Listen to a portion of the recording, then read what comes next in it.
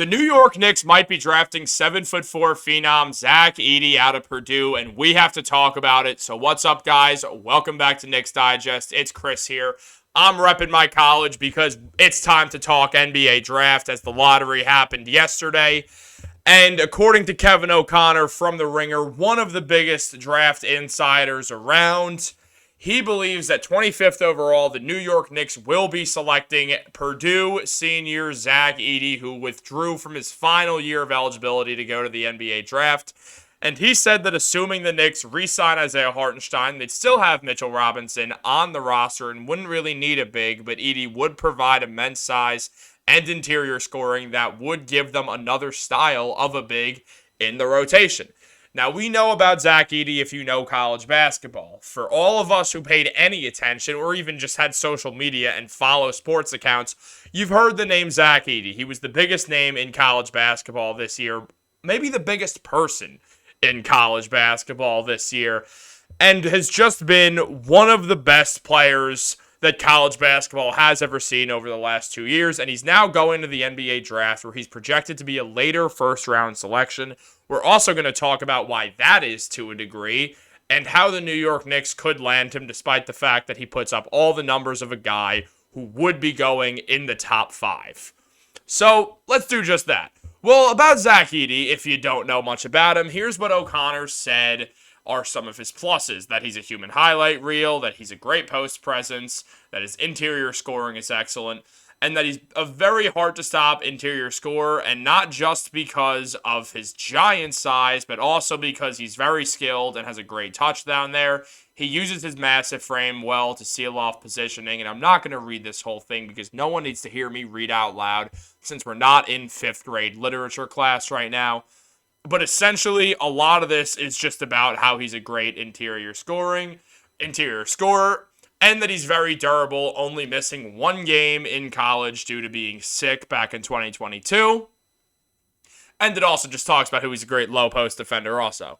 Look, Zach Edey is everything you want out of a college basketball center. He is dominant in the low post on each side of the ball. He will body you up. He's not afraid of contact. He plays through the whistle. The man just gives you what college basketball wants to see. That does not mean that's the case for the NBA or for the New York Knicks. Now, do I think he is the marking of a New York Knicks draft pick? Abso-friggin-lutely. He's not young. The Knicks usually go with older players nowadays in the Leon Rose regime, if they even use a draft pick, which is a miracle when they do. But there's also just a lot more than that to Zach Edey. He's just massive. He's smart. He's durable. He's all the things. He's a winner to a degree. He's all the things that the New York Knicks would look for, but he's a big man.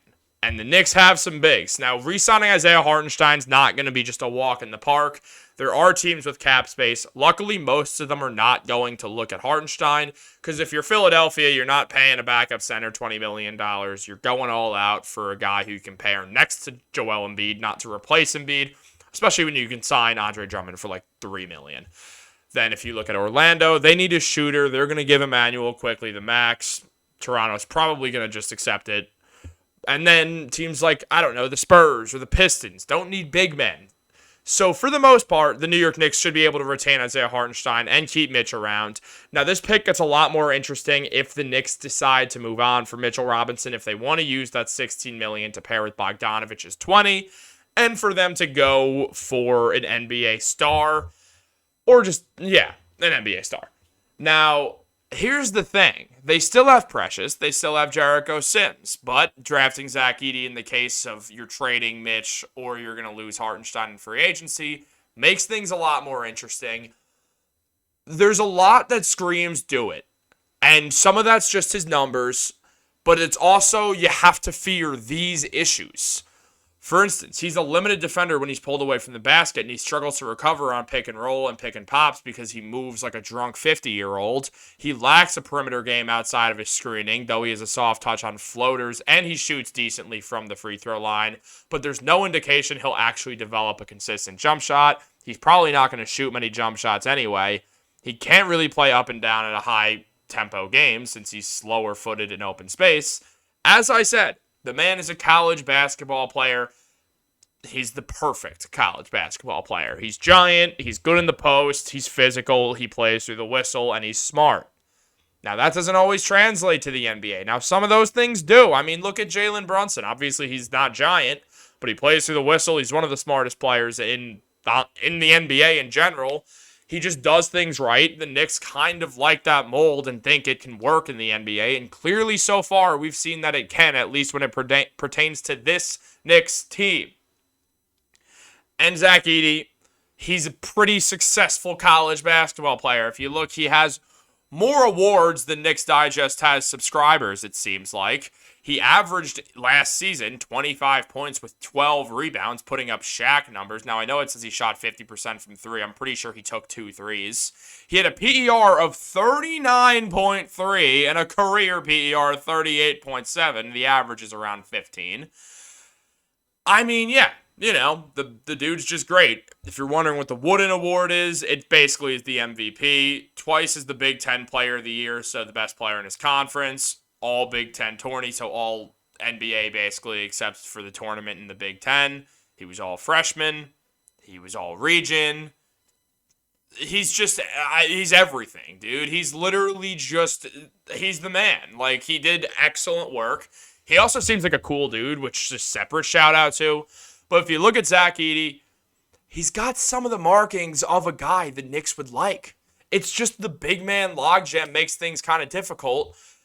And then if you look at the stats, you're like, why would he be available to the New York Knicks? And when you look at the stats, that might mean he's not available, though it does seem like he could be. Last season, 22 points per game with 13 rebounds. The seasons before, in lower minutes, look what he was doing. Putting up good numbers anyway. I should have put his per 36 up here, but I got distracted by his advanced stats. Look at that offensive and defensive rating. Just look at it for his career. Offensive rating of 130 points per game, which is 130 points per 100 possessions, which is amazing, on top of 96 points on defense per 100 possessions. Meaning that Zach Edey is winning these games 130 to 96. That is such a crazy difference. You don't see that around. So again, begs the question, why is Zach Edey not getting picked higher? Well, the truth is, he gets compared to a guy like Zubac. Zubac is a perfectly good NBA role player. He had the best season of his career this year. He's a well-respected center, has been for a while. But no one gets excited for Zubac. And that's not his fault. It's the fact that he's a very solid low block defender. Excellent post scorer on the low block. And that's where it ends. He's slow. He can't get dragged away from the hoop, or there's a problem. It's worrisome when you think about those issues. Can he fix them? Zach Edey's 7'4". He's not athletic. He's just massive. And in the NBA, in this era of fast-paced basketball, given the Knicks don't fully adhere to that, it's kind of hard to succeed that way. And that is what makes the big fear of it, is maybe he can turn into this guy, a career 9-7 guy, also shoots 61% from the field and has an above-average PER for his career, including a season this year where he put up 12-9 and shot 65% from the field and put up 19.3 PER and was a decent free throw shooter and clearly an efficient player. But is he really all that? Now, if he becomes, if it's a Zubac, then I'll tell you what, that at 25th overall, that's a massive win. The NBA draft is a crapshoot outside of the first overall pick. If you disagree, literally go through the NBA draft. Yeah, the top 5 has a better success rate than everything else. But, you know, the draft is a guessing game. This isn't the NFL. It's not like the first 10 picks have superstar potential. It's not that. It's the first pick and everyone else. And this year in 2024, it's just everyone. Because no one seems to be screaming that. I mean, if you don't pick Sarr first overall, Alexandre Sarr, you're just making a crucial error because he can become Jaren Jackson Jr., and that's as good as you're going to get in this draft class. And bookmark this. Outside of the one guy in this draft class who genuinely becomes an NBA superstar, if you made me put money on it, I'd say it becomes Reed Sheppard. But you know how these drafts go. You find a terrible draft, and somewhere not in the top 5, some random ends up becoming a perennial all-star.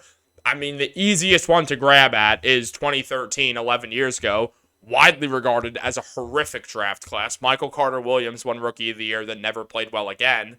Giannis is in that draft class. And yeah, if you go through it, you find CJ McCollum and all that. But, like, it was just Giannis who was picked 15th overall. This draft class is not good. I don't think Zach Edey should fall to 25th. Now, does that mean he doesn't have higher bust potential than Boom? No, he absolutely does. I think it's way more likely that Zach Edey falls out of the NBA in 5 years and becomes a consistent starter for 12 or 10. But the Knicks have enough big men where they should take that risk. I just think they should. Use 2 draft picks. Use the first rounder and then use your second rounder and trade the other first rounder. Either punt it and defer for another year and use it in a trade, or make the trade during the draft for a star player, or just Mikal Bridges, a player like that. And by like that, I mean specifically Mikal. But I don't know. I see why people don't like Zach Edey, and I'm honestly inclined to agree. I don't think he'll work out. But if you can get someone who becomes Zubac at 25th overall, that's real good. How many 25th overall picks can you name? Like, let's try. How many times has a 25th overall pick even become good? Not often. Like, the draft is a guessing game. You're guessing most of the time. Like, I mean, even if you go back, like, recent history has shown that the number 1 overall pick usually pans out. But there also was a stretch of years where the number 1 overall pick just was not number 1 overall pick quality. I mean, 2013, you get Anthony Bennett. Worst first overall pick ever outside of maybe LaRue Martin in the 70s because he beat Lou Alcindor at the time, now known as Kareem, in a one-on-one one time. Everyone's like, oh, yeah, him. Or Andrew Wiggins at 2014. 2015, you got Cat, who's a perfectly great NBA player. Is he first overall pick caliber? Sure. Maybe. Kind of. If the Timberwolves win a championship with him, then yes, even though Edwards is the better player. But Edwards, quality number 1 overall pick. 2016, Ben Simmons? No. You see what I'm saying? 2017, Markelle Fultz? No.